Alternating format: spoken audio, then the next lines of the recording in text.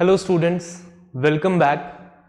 Class 9th का moment book से आज नया चैप्टर हम स्टार्ट करेंगे। चैप्टर का नाम है द बैगर। ठीक है, बड़ी इंटरेस्टिंग सी स्टोरी है।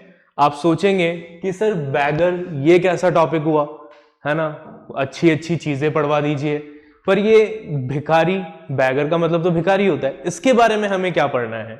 तो बहुत ही इंटरेस्टिंग स्टोरी है, एक भिखारी के बारे में है, ठीक है, एक बैगर के बारे में है। तो देखेंगे क्या होता है उस बैगर के साथ, कैसे वो बैगर बनता है और कैसे अपनी लाइफ को वापस से चेंज करता है। तो स्टार्ट करने से पहले अपनी बुक निकालें और मेरे साथ रीड करें। What induced the beggar Lushkov to change his ways? Let's read and find out. तो देखिए, चैप्टर के स्टार्टिंग से पहले ही हमें एक बहुत इंपॉर्टेंट बात पता लग गई है कि ये जो बैगर है, इस बैगर का नाम क्या है। बैगर का नाम है लश्कॉफ। ठीक है, नाम याद रखना है आपको। क्या नाम है बैगर का? लश्कॉफ। ठीक है, अब हम इस चैप्टर में ये देखेंगे कि ये जो लश्कॉफ नाम का बैगर है, ऐसा उसकी लाइफ में क्या होता है जिसकी वजह से वो भीख मांगना छोड़कर एक रिस्पेक्टेबल लाइफ जीने के लिए तैयार होता है। Let's begin. Kind sir, have pity. आपने देखा है कभी भिखारियों को भीख मांगते हुए? कैसे भीख मांगते हैं वो कि सर प्लीज हमें कुछ दे दीजिए, हमने 2 दिन से कुछ नहीं खाया है ना, हमारे पास खाने के लिए कुछ भी नहीं है, हम बहुत भूखे हैं, प्लीज हमें कुछ खिला दीजिए, हमें कुछ पैसे दे दीजिए। ऐसे ही करते हैं बैगर्स। तो यहां पर भी कुछ ऐसा ही हो रहा है। ठीक है, ये जो लाइन मैं पढ़ने जा रहा हूं, ये लाइन इन्वर्टेड कॉमास में लिखी हुई है। ठीक है, इन्वर्टेड कॉमास का मतलब क्या है? इन्वर्टेड कॉमास का मतलब है कि किसी ने ये वर्ड्स एज इट इज बोले हैं और हमने उसके वर्ड्स को कोट कर दिया है। ठीक है, तो स्टोरी में बैगर कौन है? बैगर है लश्कॉफ, और हम यहां क्या कर रहे हैं? लश्कॉफ के वर्ड्स को एज इट इज कोट कर रहे हैं। ठीक है, तो क्या कह रहा है Lushkoff? Kind sir, have pity. Sir, आप बहुत काइंड हैं, मुझ पर तरस खाइए। ठीक है, हैव पिटी मतलब मुझ पर तरस खाइए। Turn your attention to a poor hungry man. Please इस गरीब भूखे इंसान पर ध्यान दीजिए, उसकी बात सुनिए। For 3 days I have had nothing to eat. मैंने पिछले 3 दिनों से कुछ भी नहीं खाया है। I haven't have 5 kopecks for a lodging. मेरे पास कहीं पर रहने के लिए 5 कॉपेक्स भी नहीं है। ठीक है, अब कॉपेक्स का मतलब क्या होता है वो हम यहां बोर्ड पर लिखेंगे। ठीक है, चलिए देखिए।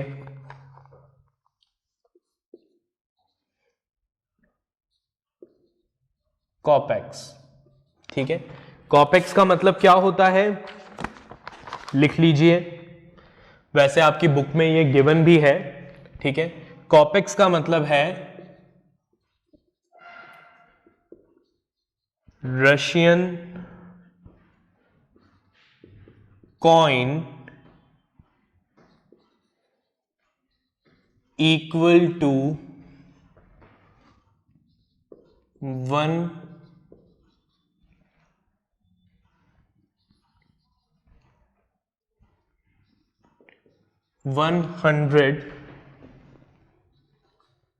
of a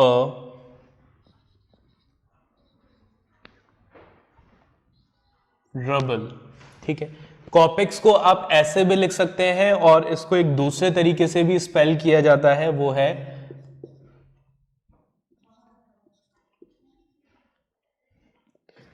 ठीक है, दोनों तरीके से लिख सकते हैं। तो कॉपेक्स क्या है? It's a Russian coin. Russian coin है जो किसके इक्वल होता है? 100 ऑफ अ रबल के इक्वल होता है। मतलब अगर हम इंडियन करेंसी में देखें तो हम ऐसा मान लेते हैं कि रबल का मतलब क्या है? 1 रुपी। ठीक है, और कॉपेक क्या हो गया? 1 पैसा, ठीक है। तो एक रबल का 100th पार्ट क्या कहलाता है? कॉपेक कहलाता है। तो लश्कोफ जो बैगर है वो क्या कह रहा है? वो कह रहा है कि मुझ पर तरस खाइए, मैंने पिछले 3 दिन से कुछ नहीं खाया है, मेरे पास कहीं पर रहने के लिए 5 कॉपेक्स भी नहीं है। I swear it before gods, मैं भगवान की कसम खाकर कहता हूं। For 8 years, I was a village school teacher, and then I lost my place through intrigues. ठीक है, वो आगे क्या कहता है कि मैं पहले क्या था, 8 सालों तक मैं एक गांव के स्कूल में टीचर था, लेकिन वहां स्कूल में पॉलिटिक्स की वजह से, कॉन्स्पिरेसी की वजह से मेरी नौकरी चली गई। इंट्रिग्स का मतलब क्या होता है? इंट्रिग्स का मतलब होता है कॉन्स्पिरेसी, ठीक है। लिख दूं आपके लिए? चलिए लिख देते हैं यहां पर।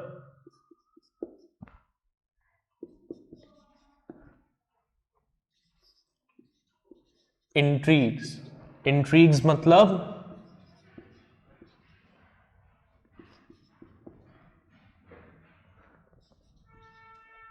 कॉन्स्पिरेसी, ठीक है। कॉन्स्पिरेसी मतलब साजिश, ठीक है। तो वो कहता है कि मैं 8 सालों तक गांव के एक स्कूल में टीचर था, लेकिन फिर कॉन्स्पिरेसी की वजह से, ठीक है, ऑफिस पॉलिटिक्स की वजह से मेरी नौकरी चली गई। आई फेल अ विक्टिम टू क्ल्यूमनी, ठीक है। किस चीज का विक्टिम बन गया वो? क्ल्यूमनी का। इसका मतलब भी लिख देते हैं, वैसे ये बुक में गिवन है।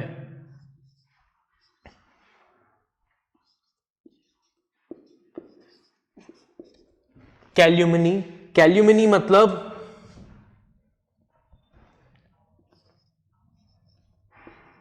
False and defamatory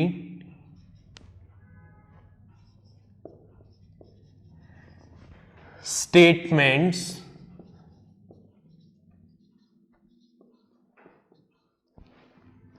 about someone in order to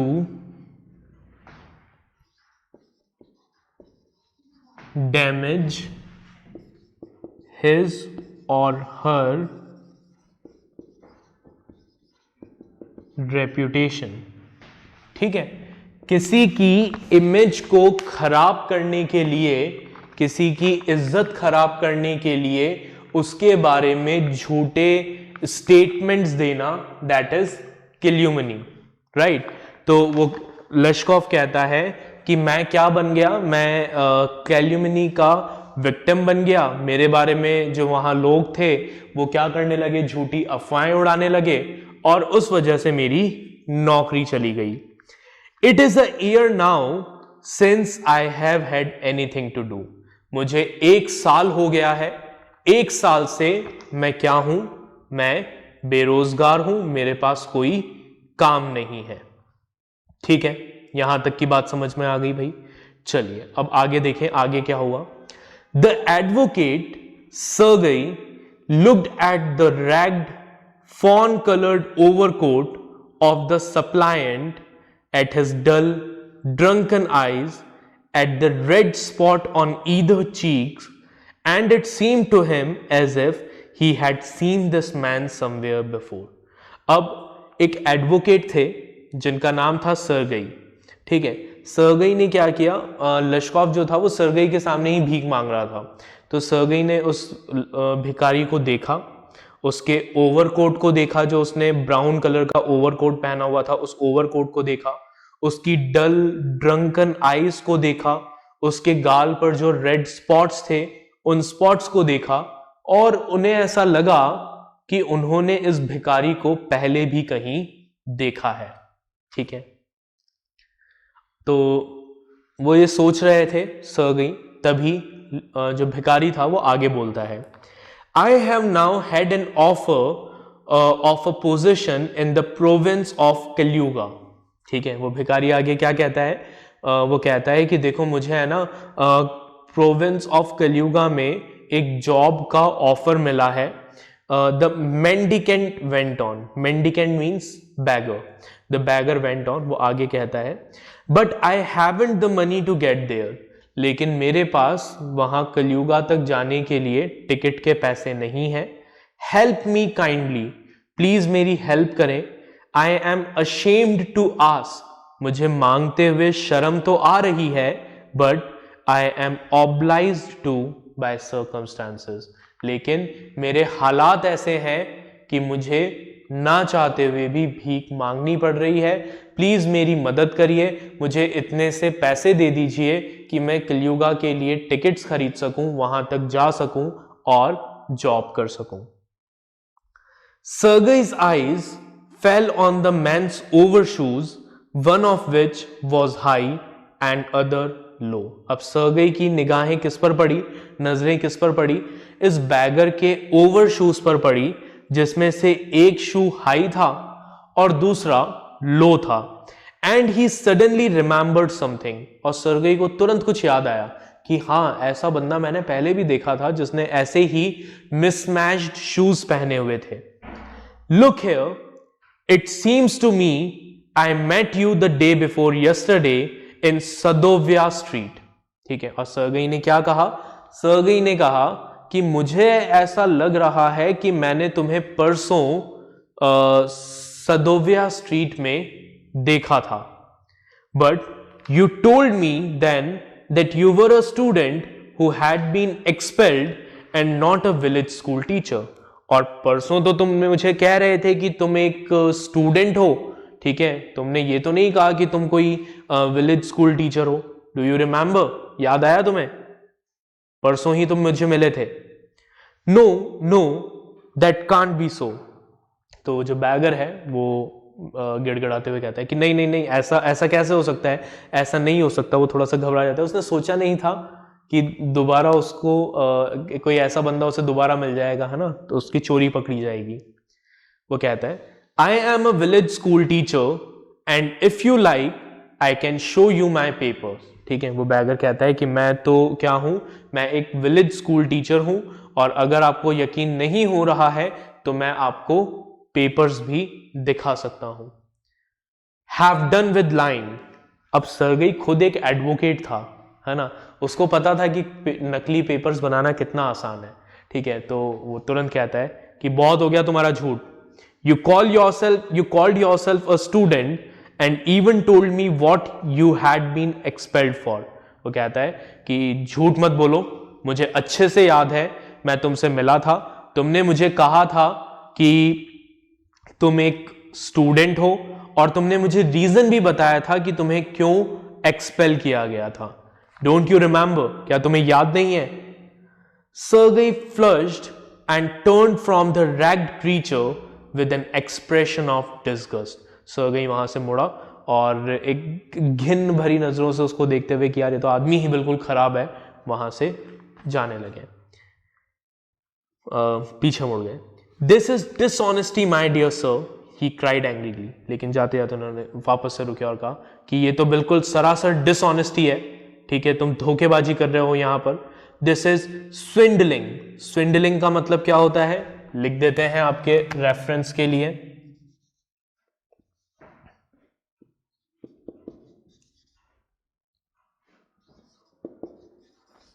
swindling means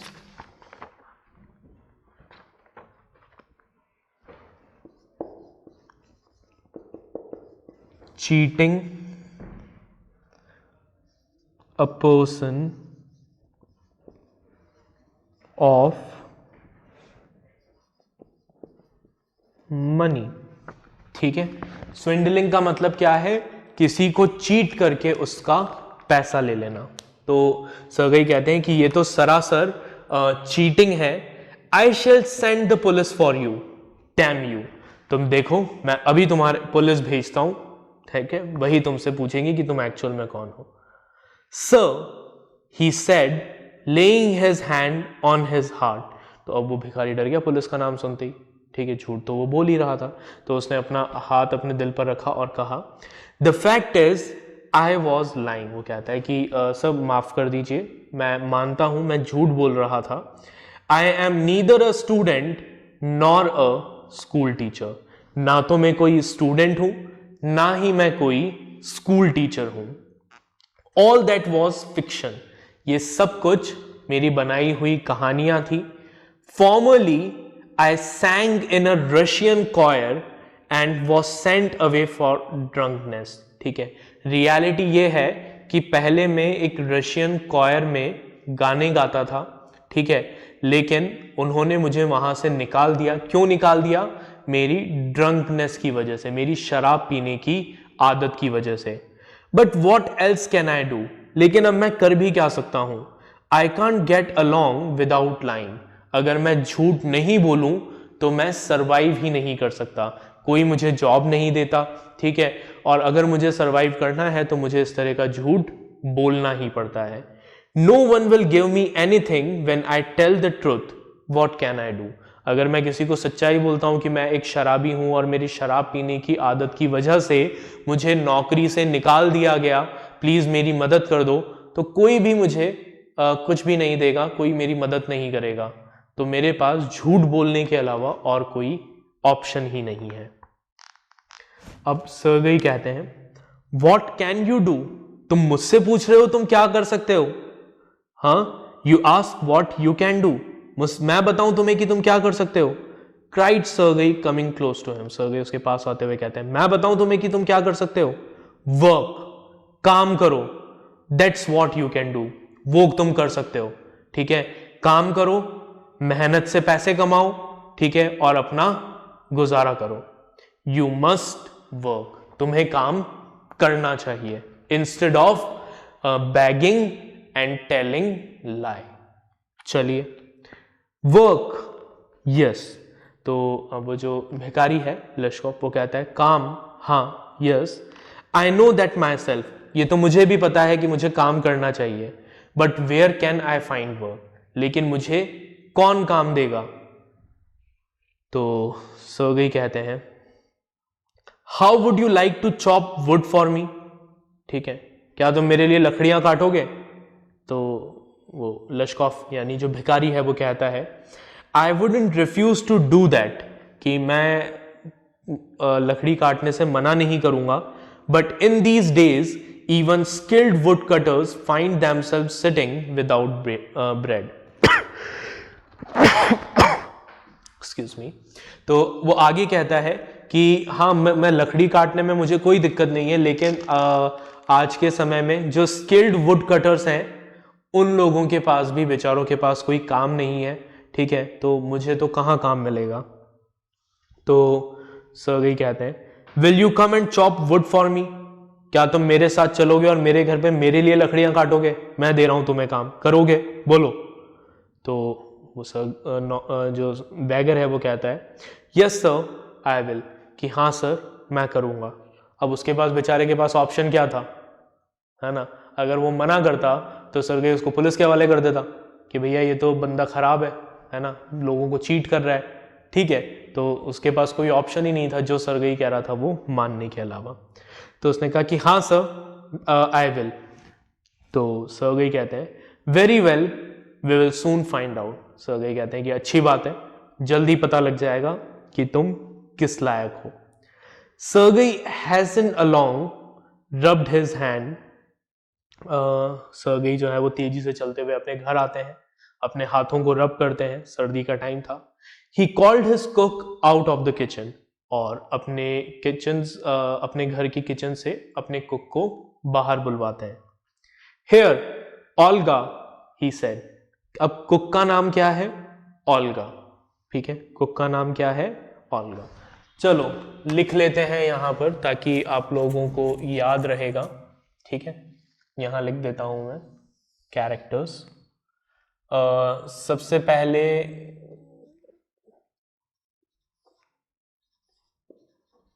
bagger जो है, बैगर का नाम क्या है?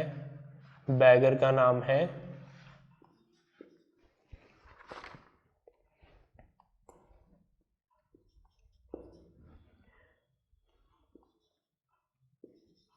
लश्कॉफ, ठीक है।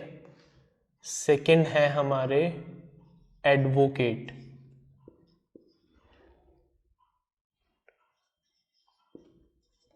ठीक है।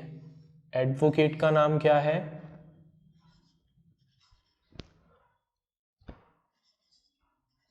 सर्गई, ठीक है। कुक का नाम क्या है? थर्ड कैरेक्टर है कुक, और कुक का नाम क्या है? कुक का नाम है ओल्गा, ठीक है। तो ये तीन हमारे मेन कैरेक्टर्स अभी तक हमने देखे हैं। चलिए, तो सर्गई जो है वो ओल्गा को बुलाते हैं और कहते हैं, here Olga, take this gentleman into the woodshed and let him chop wood, ठीक है। क्या कहते हैं कि ओल्गा, इस आदमी को, किसकी तरफ इशारा करते हुए कहते हैं? लश्कॉफ की तरफ इशारा करके कहते हैं कि इस आदमी को वुड शेड में ले जाओ और इसे वहां पर लकड़ियां काटने दो, ठीक है। The scarecrow of a bagger shrugged his shoulder as if in perplexity and went irresolutely after the cook, ठीक है। स्केयरक्रो ऑफ अ बैगर मतलब, स्केयरक्रो ऑफ बैगर का मतलब है कि वो बैगर जो बिल्कुल एक स्केयरक्रो की तरह था, ढीले ढाले कपड़े पहन रखे थे, ठीक है। वो अपने कंधे हिलाता है और हैरान परेशान सा, बिल्कुल इररेजोल्यूटली, बिना इच्छा के कुक के पीछे पीछे जाता है। It was obvious from his gait that he had not consented to go and chop woods because he was hungry and wanted work. उसके हाव भाव से, उसके चलने फिरने के तरीके से ये साफ पता लग रहा था कि उसने काम करने के लिए इसलिए हाँ नहीं कहा क्योंकि उसको काम चाहिए था, वो भूखा था, एक्चुअल में मेहनत करना चाहता था, बट उसने हाँ इसलिए बोला from pride and shame and because he had been trapped by his own words. उसने काम करने के लिए हाँ इसलिए बोला क्योंकि उसके पास और कोई चारा नहीं था, वो अपने ही शब्दों में फंस गया था, उलझ गया था, उसके पास कोई ऑप्शन नहीं था। उसने खुद ने सर्गई को कहा था कि अगर उसे काम मिले तो वो झूठ नहीं बोलेगा, चीटिंग नहीं करेगा, ठीक है। तो अब काम उसे मिल रहा था तो उसके पास कोई ऑप्शन नहीं था। It was obvious too that his strength had been undermined by vodka and that he was unhealthy and did not feel the slightest inclination for toil, ठीक है। ये भी ऑब्वियस था कि उसकी जो पूरी ताकत थी वो सारी ताकत वोडका पी पीकर, शराब पी पीकर खत्म हो चुकी थी। वो अनहेल्दी था, उसकी हेल्थ अच्छी नहीं थी और वो बिल्कुल भी तैयार नहीं था मेहनत करने के लिए। टॉयल मतलब हार्डवर्क और इंक्लाइनेशन मतलब डिजायर, उसकी बिल्कुल इच्छा नहीं थी कोई भी मेहनत करने की, इतना कमजोर आलसी वो हो चुका था। Sergei hurried into the dining room, अब सर्गई जो है वो फटाफट से डाइनिंग रूम में आते हैं। From its window one could see the woodshed and everything that went on in the yard. Dining room के विंडो से जो वुडशेड था वो साफ दिखता था, ठीक है, और वुडशेड में जो भी चल रहा है उसको देखा जा सकता था। Standing at the window, Sergei saw the cook and the beggar come out into the yard by the back door and make their way across the dirty snow to the shed. ठीक है, सर्गई ने देखा कि पीछे वाले back door से cook यानी कि ओल्गा और वो बैगर यानी लश्कॉफ यार्ड में आते हैं, ठीक है, और डर्टी स्नो, गंदी बर्फ में से होते हुए शेड तक जाते हैं। Olga glared wrathfully at her companion, Olga जो थी वो गुस्से से अपने कंपेनियन, किसको? उसके साथी को। साथी कौन था? बैगर। उस बैगर को देखती है। shoved him aside with her elbow, उसका एल्बो पकड़ के उसको साइड में कर देती है। unlocked the shed, शेड को ओपन करती है। and angrily banged the door, गुस्से से दरवाजा खोलती है। next he saw the pseudo teacher seat himself on a log and become lost in thought with his red cheeks resting on his feet.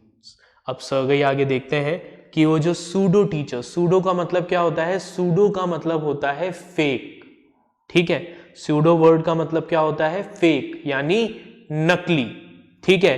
तो Sergei देखते हैं कि वो जो सो कॉल्ड नकली टीचर था वो एक लकड़ी के लॉग पर बैठ जाता है, टुकड़े पर बैठ जाता है, अपने गालों को अपने ऐसे हाथ में रखता है और अपने थॉट्स में खो जाता है। The woman flung down an axe at his feet. Olga जो है वो उसके पैरों पर पैरों के पास एक कुल्हाड़ी फेंकती है। Spat angrily, गुस्से में उसे कुछ कहती है। And judging from her expression of her lips, begin to scold him. और सर्गेई जो दूर से देख रहे थे तो वो ओल्गा के एक्सप्रेशंस को देखकर समझ जाते हैं कि ओल्गा जरूर इसको डांट रही है। The beggar irresolutely pulled a brittle of wood towards him.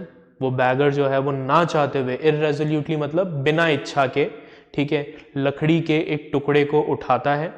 Set it up between his feet, उसको अपने पैरों के बीच में रखता है। And tapped it feebly with the axe, धीरे से कमजोर हाथों से एक्स से उस लकड़ी के टुकड़े पर मारता है, ठीक है। The brittle waved and fell down. तो जो लकड़ी का टुकड़ा था वो लुढ़क कर साइड में गिर जाता है। अब लकड़ी को काटने के लिए कुल्हाड़ी से उससे बहुत तेजी से मारना होता है, वो बेचारा धीरे से मार रहा था, तो लकड़ी का टुकड़ा साइड में गिर जाता है। The beggar again pulled it to him. वो बैगर वापस से उस लकड़ी के टुकड़े को उठाता है। Blew on his freezing hands, अपने ठंड से जमते हुए हाथों पर फूंक मारता है। And tapped it with his axe cautiously, वापस से बहुत ध्यान से अपने एक्स से उस लकड़ी के टुकड़े को मारता है। As if afraid of hitting his overshoe or of cutting off his finger. ठीक है, ऐसा लग रहा था जैसे उसको डर लग रहा था कि कहीं मैं अपने पैर पर कुल्हाड़ी ना मार लूं, ठीक है। The stick of wood again fell on the ground, ठीक है, और वो स्टिक का जो टुकड़ा था वो दोबारा से जमीन पर गिर जाता है। Sergei's anger had vanished and he now began to feel a little sorry and ashamed of himself for having set a spoiled, drunken, perhaps sick man to work at menial labor in the cold. अब तक Sergei का जो गुस्सा था वो गुस्सा गायब हो चुका था, ठीक है, और अब वो थोड़ा सा बुरा फील करने लगते हैं, अशेम्ड फील करने लगते हैं कि उन्होंने एक बिगड़े हुए शराबी आदमी को, ठीक है, सर्दी में इस तरह का मेहनत वाला काम करने में लगा दिया। An hour later, एक घंटे बाद, Olga came in and announced that the wood had all been chopped. Olga जो है वो सर्गेई के पास आती है और आकर कहती है कि सारी लकड़ी कट चुकी है। Good, give him half a ruble, said Sergei. Sergei कहते हैं कि अच्छी बात है, इसको हाफ रबल दे दो। If he wants to, he can come back and cut wood on the first day of each month. Sergei कहते हैं कि अगर इससे उसे कह देना कि अगर वो चाहे तो हर महीने की पहली तारीख को वो यहाँ आ सकता है, यहाँ आकर लकड़ी काट सकता है। We can always find work for him. हम उसके लिए हमेशा कोई ना कोई काम अरेंज करके रखेंगे, तो वो यहाँ आए हर महीने की पहली तारीख को, काम करे और इज्जत के पैसे ले जाए। ठीक है, अब आगे क्या हुआ? बैगर को पैसे तो मिल गए, ठीक है, अब क्या उसने भीख मांगना छोड़ा? नहीं छोड़ा। आगे स्टोरी में क्या हुआ वो सब कुछ हम हमारी अगले लेक्चर में देखेंगे। आज के लिए स्टोरी को हम यहीं पर खत्म करते हैं, ठीक है। इसको दोबारा पढ़िएगा, क्वेश्चन आंसर्स प्रैक्टिस करिएगा, ठीक है। Bye everyone.